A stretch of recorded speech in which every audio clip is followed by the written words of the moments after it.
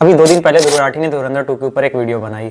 उस वीडियो को देखने के बाद ऐसा लग रहा है कि ध्रुव राठी के वीडियो में इतने ज्यादा लूप होल, मतलब सीधे सीधे ऐसा लग रहा है कि लॉजिक के जगह सीधे सेट नैरेटिव और एजेंडा खड़ा कर दिया गया है और किसी की दी हुई स्क्रिप्ट को तोते की तरह यहाँ पर पढ़ते जा रहा है। आतिक अहमद पर बेस्ड आतिफ अहमद का कैरेक्टर जेल से बाहर आता है, मीडिया को इंटरव्यू दे रहा है और तभी उसे गोली मार दी जाती है। अब यकीन नहीं करोगे दोस्तों, पार्लियामेंट में, लोकसभा में नरेंद्र मोदी, अमित शाह और ओम बिरला ने उन्हें श्रद्धांजलि दी थी। अगर ये एक इंटेलिजेंस ऑपरेशन था तो पार्लियामेंट में ट्रिब्यूट क्यों दिया? ध्रुव राठी भाई, आपसे उम्मीद नहीं थी। इंटेलिजेंस की दुनिया में एक टर्म होती है पॉसिबल डिनायबिलिटी, एक ऐसा सफेद झूठ जिसे पकड़ा ना जा सके। इंटेलिजेंस की दुनिया में तो सबसे बड़ी ताकत यही होती है ना कि अगर किसी डॉन को यहाँ पर मरवाया गया किसी इंटेलिजेंस के थ्रू, तो क्या उसका खड़े होकर के यहाँ पर पार्लियामेंट में उसका जश्न मनाएंगे? और अगर कोई यहाँ पर पूर्व एमपी या फिर एमएलए है तो प्रोटोकॉल के तहत उसको संसद में श्रद्धांजलि दी जाएगी ताकि ऑपरेशन का कारण मेंटेन रहे। और भाई साहब लॉजिक ऐसा दे रहे हैं, क्या सरकार किसी सीक्रेट ऑपरेशन का जस्ट संसद में खड़े होकर के मनाएगी? भाई साहब का लॉजिक तो देखो। या यूपी सरकार के लॉ एंड ऑर्डर को टारगेट करने के लिए जानबूझकर इग्नोर किया गया फैक्ट। और ध्रुव राठी भाई साहब का दूसरा सबसे बड़ा अटैक यहाँ पर नोटबंदी को लेकर के था। तो सबसे पहले इनका कुछ लॉजिक सुनिए। यहाँ पर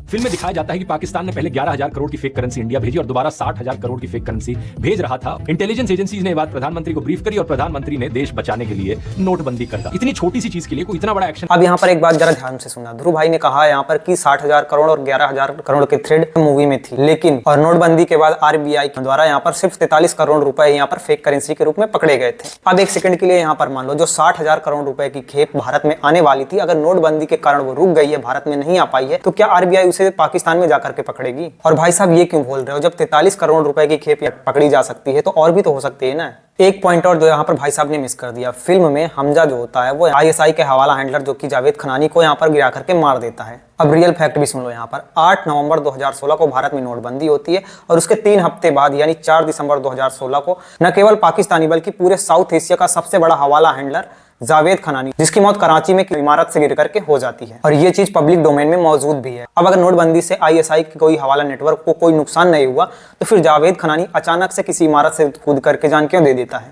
अब कहीं ना कहीं इसमें सच्चाई तो है कि नोटबंदी से आईएसआई के हवाले नेटवर्क का सिस्टम पूरी तरीके से कहीं ना कहीं क्रैश जरूर हुआ था। और यही पॉइंट ध्रुव राठी भाई ने अब वीडियो में आरबीआई का डेटा दिखा करके इस पॉइंट को बड़ी चतुराई से छिपाने की कोशिश की, जिससे यह साबित किया जा सके कि फिल्म पूरी तरीके से प्रोपोगेंडा है। आदित्य धर ने इसी रियल लाइफ मिस्ट्री को एक सिनेमैटिक फिक्शन का रूप दिया है। और तीसरा पॉइंट जो है ध्रुव राठी भाई ने अपनी इस वीडियो में उठाया है कि आदित्य धर ने सारे एनजीओ को यहाँ पर बदनाम कर दिया। तो सबसे पहली बात, मूवी में किसी भी एनजीओ का यहाँ पर नाम नहीं लिया गया। और दूसरी बात, ध्रुव भाई आपके अकॉर्डिंग इंडिया में ऑपरेट करने वाले जितने भी एनजीओ हैं सारे के सारे दूध के धुले हुए हैं। और यहाँ पर बड़ी ही चालाकी से उन रिपोर्ट्स को इग्नोर कर दिया गया है जहाँ पर ऑफिशियल एजेंसीज ने कई बार कोर्ट में साबित किया कि फॉरेन इंटेलिजेंस और हवाला के पैसे के जरिए एंटी इंडिया एक्टिविटीज को कई बार यहाँ पर फंड किया गया है। तो यहाँ पर भी ध्रुव भाई ने सिर्फ उन्हीं डेटा को प्रेजेंट किया है जो सिर्फ उनके नैरेटिव को यहाँ पर पूरी तरीके से सेट करता है। तो भाई इसे ऑब्जेक्टिविटी नहीं, फैक्ट की चेरी पिकिंग कहते हैं। फिल्म के शुरू में ही एक सीन है जहां पाकिस्तान में एक सिख आदमी को फेक ब्लास्फेमी चार्जेस पर जिंदा जला दिया जाता है। मॉब जो वहां मौजूद है वो सर तन से जुदा के नारे लगा रहा होता है। पॉइंट ये नहीं है कि पाकिस्तान में असल में ऐसी घटनाएं होती हैं या नहीं। क्या बोला तूने? पॉइंट ये नहीं है कि पाकिस्तान में असल में ऐसी घटनाएं होती हैं या नहीं। क्या बात कर रहे हैं? पॉइंट ये है कि अगर बीजेपी की एडवर्टाइजमेंट करनी है तो उसमें मूड सेट हिंदू मुसलमान के बीच नफरत फैलाकर ही किया जाए। कोई सेंस है इस बात का? अब जब पाकिस्तान में रहने वाले टेररिस्ट मुस्लिम कम्युनिटी से ही आते हैं तो वही दिखाएंगे ना भाई।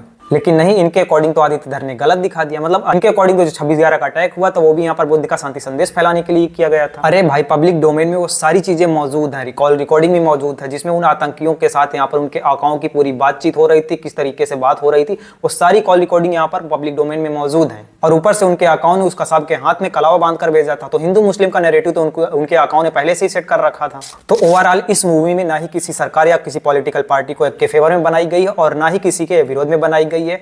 ये बस जो पब्लिक डोमेन में मौजूद है, पब्लिक के इंटरेस्ट के अकॉर्डिंग बस पब्लिक डोमेन में मौजूद चीजों को ग्लोरीफाई किया गया और सिनेमैटिक रूप देकर के दिखाया गया है। तो ओवरऑल ये सारी चीजें हैं, बाकी सबके अपने अपने पॉइंट ऑफ व्यू होते हैं। आपका पॉइंट ऑफ व्यू इस मूवी को देखने के बाद क्या रहा, अपनी राय कमेंट बॉक्स में जरूर बताना। चैनल पर नहीं तो चैनल को सब्सक्राइब कर लेना।